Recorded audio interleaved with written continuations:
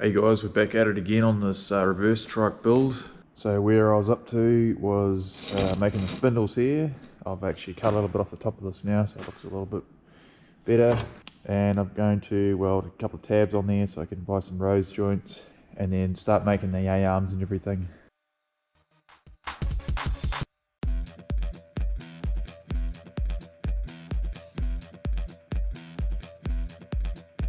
Okay, so I have welded these these plates. I've just drilled a little hole in here for a pilot hole because I don't know how big the rose joints are going to be.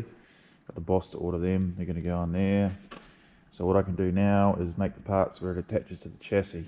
Okay, to make this video less confusing, I've got this half of the contraption here, and then the other half has got the rear wheel and the motor at home. So I'll switch between working here and at home. Well, I'm back home in the shed now. I couldn't figure out what to do with that other part. I'll do that tomorrow. So in the meantime, I cut this slot in here, just tack two bits of flat bar together for this jack shaft here. So yeah, I can just, whoops. So I can mount this in here finally. Yeah, so I didn't film cutting this, but anyway, here's a reenactment, plasma cut. And fold it up.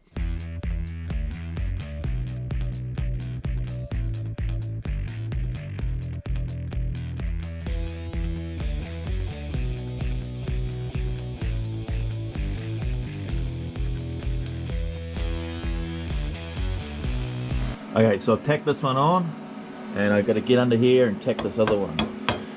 After welding all day at work, now I'm going to crawl underneath here in the cold and weld that. Good idea.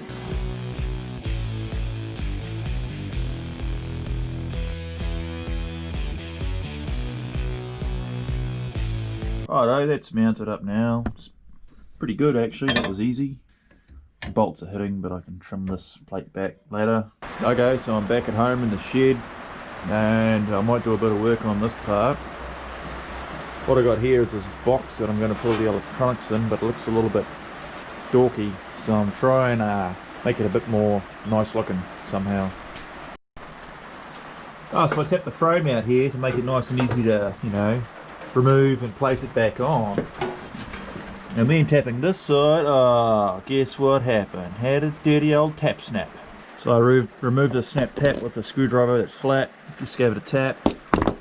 Turns out I tapped just as bad as a rap.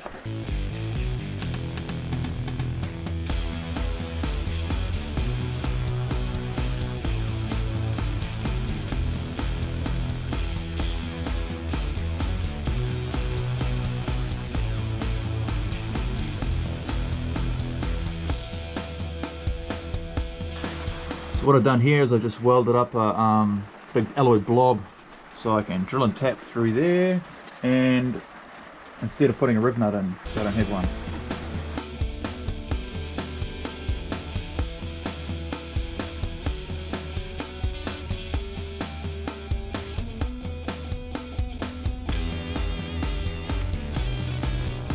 Okay, I bolted that back on. Does it even look any better? I don't know. Maybe. It's a lot easier to take on and off now though, so I can bolt the electronics in there. So I'm back at work now, it's the next day, and I've just made these hinges for the A-arms. I made them up in the lathe, I just bored a hole through the centre. And next thing I've got to do is I might fold up some brackets to weld to the chassis.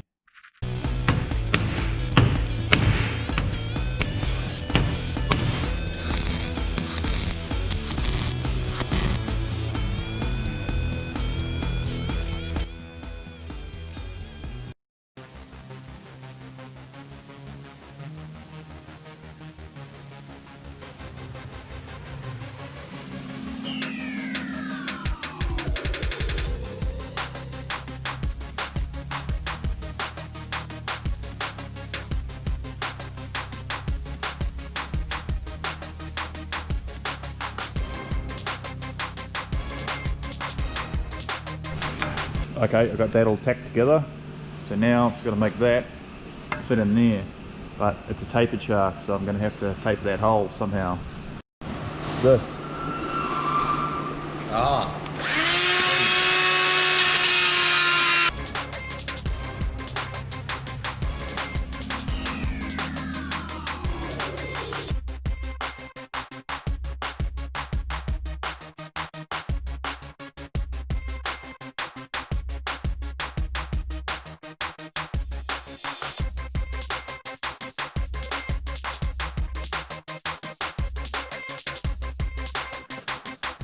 So I finished sorting out this top pivot last night.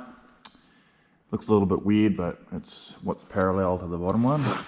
And I've got to lean my spindle back about 2 degrees. So I'll just do that and then start making the top A-arm.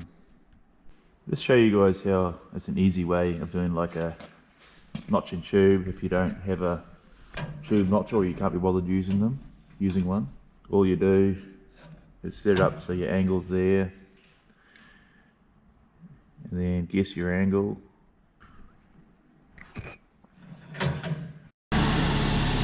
So then you just cut it off on that angle and find like the high point of the cut and the low point, and I just hold whatever I'm going to notch into it the same distance. So this one I'm doing on the center line, a bit smaller. Hold it back from there and trace around it, and then I just cut that out. So I've marked both sides. Now I just simply cut it out with the grinder.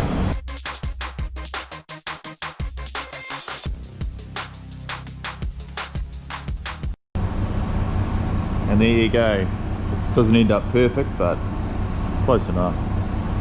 And it's quick to do.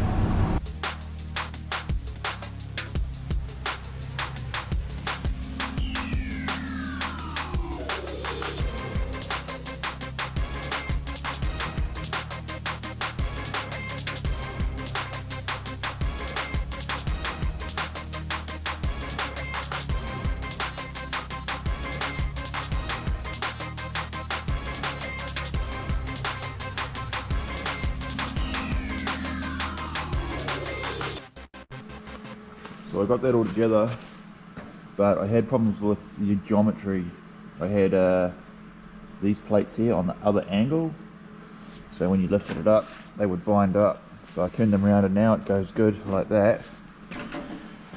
But as you can see, I've got these almost parallel, or this is even up a little bit. So what I really need is this pivot lower, because as the tyre comes up, it actually tows, it actually gains positive camber instead of the other way. Even though this arm is shorter, turns out that this distance makes a big difference, so I'll be able to fix that.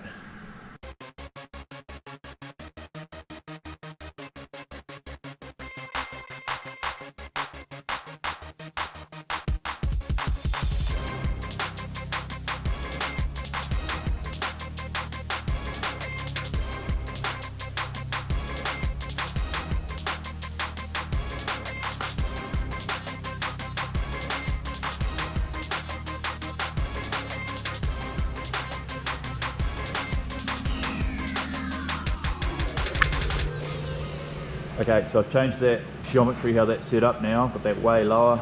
Obviously I'll make a brakes back here and that, tidy it up later. But it's got a fair bit of throw, and you can see the angle of the wheel now gains negative camber as it goes up. Perfect, this is what I wanted all along. Happy days. So this is the back half of the frame. It bolts to the other frame here, and then it runs along, and then where your head goes is going to bolt to this part of the roll cage. Thanks for watching. See you next time. Like and subscribe, leave a comment. See you later.